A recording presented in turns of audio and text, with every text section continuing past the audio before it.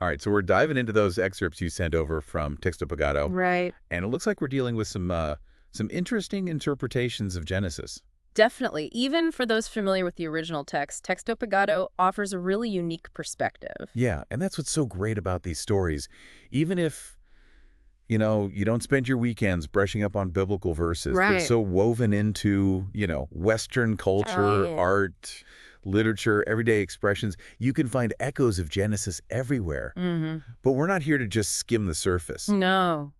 We're Yeah, with going them deep. we're diving into those details, the stuff that's puzzled and fascinated people for centuries.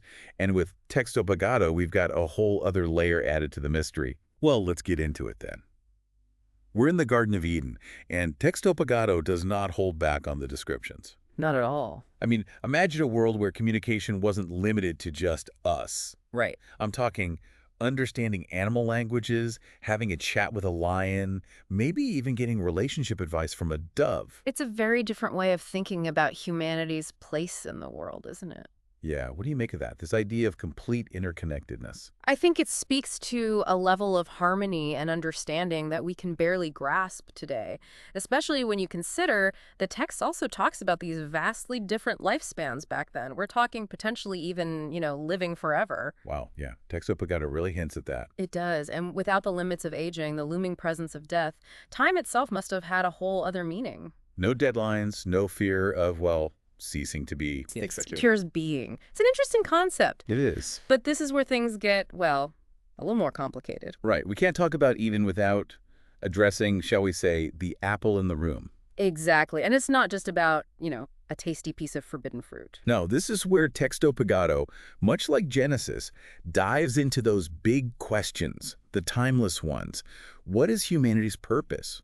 What does it mean to have free will? And what about the consequences of our choices? Yeah, we're presented with this picture of a perfect world now lost. Makes you wonder what we've lost along the way, right? It does. And that's where this idea of a lost paradise collides with, the reality of what Adam and Eve face when they're cast out. Things definitely take a turn. It's not exactly carefree living anymore, is it?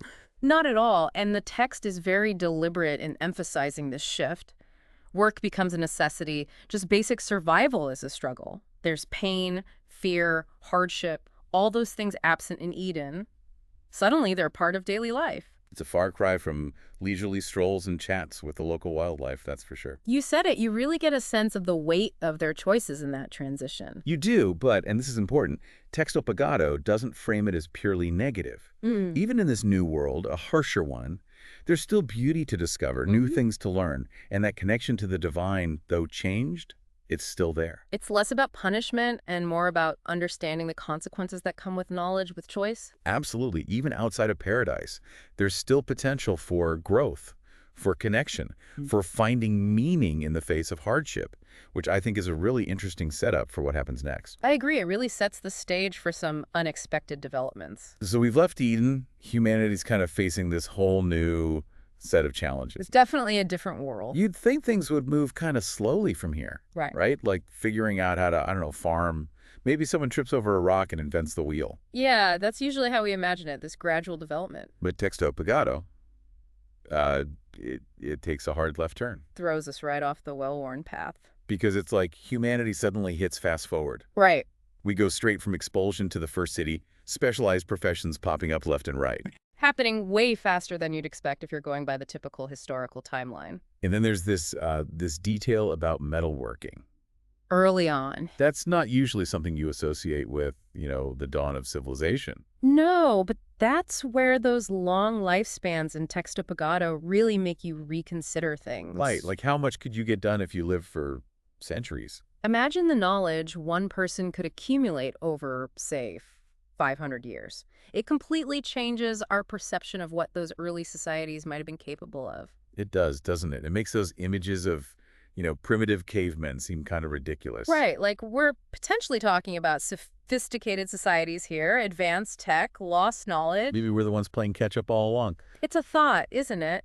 And it reminds us not to underestimate those who came before. True, though Texto Pagado doesn't shy away from the downsides of rapid development either. No, there's a definite shadow side. Yeah, because along with this progress, there's this emphasis on, on wickedness spreading. Like it's the flip side of the coin, Right. And it's connected to those longer lifespans, too. which is kind of disturbing when you think about it. Yeah, because if someone's, set on a path of evil, imagine having centuries to really perfect that. Centuries for that darkness to take root, spread its influence.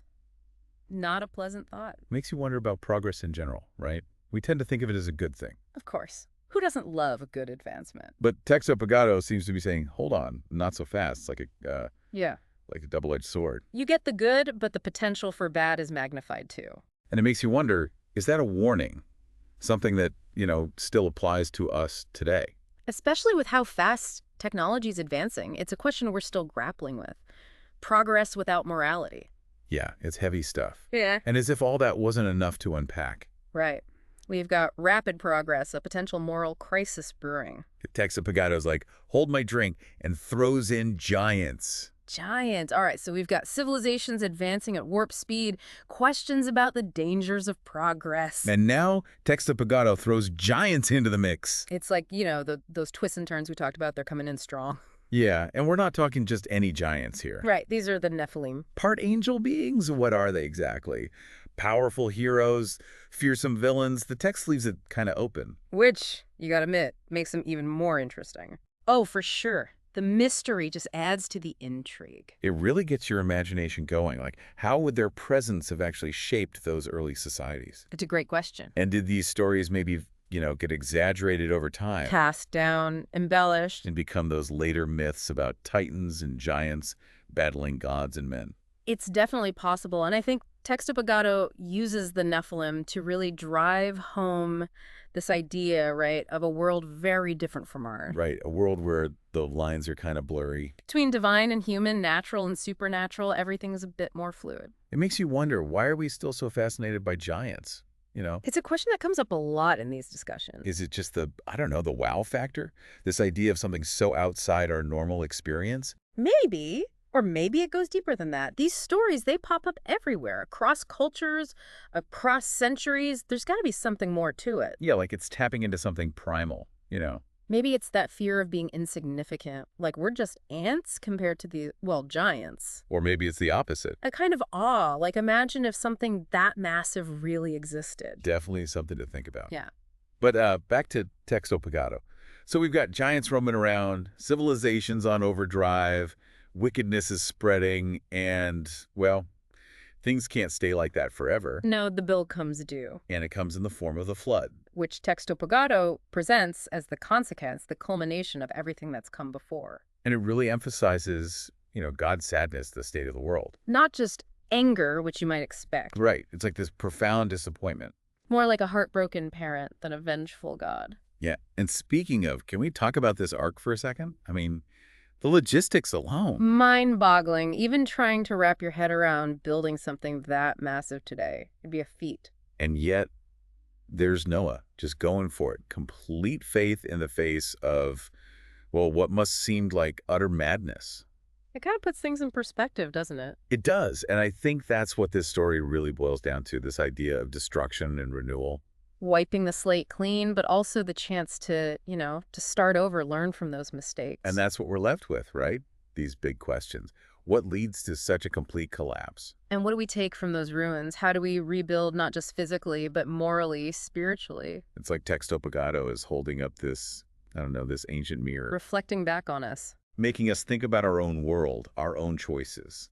And maybe in these ancient tales, we can find some answers, some guidance for navigating our own complexities. It's a powerful thought, and that's what makes exploring these texts so fascinating, so endlessly intriguing. So what do you take away from all this?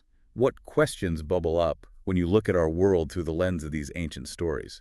Maybe this will inspire you to dust off a copy of Genesis or check out other flood myths from around the world. Because sometimes it's not about finding all the answers, but about asking the right questions, the ones that keep us searching, keep us learning, keep us engaged with the world around us.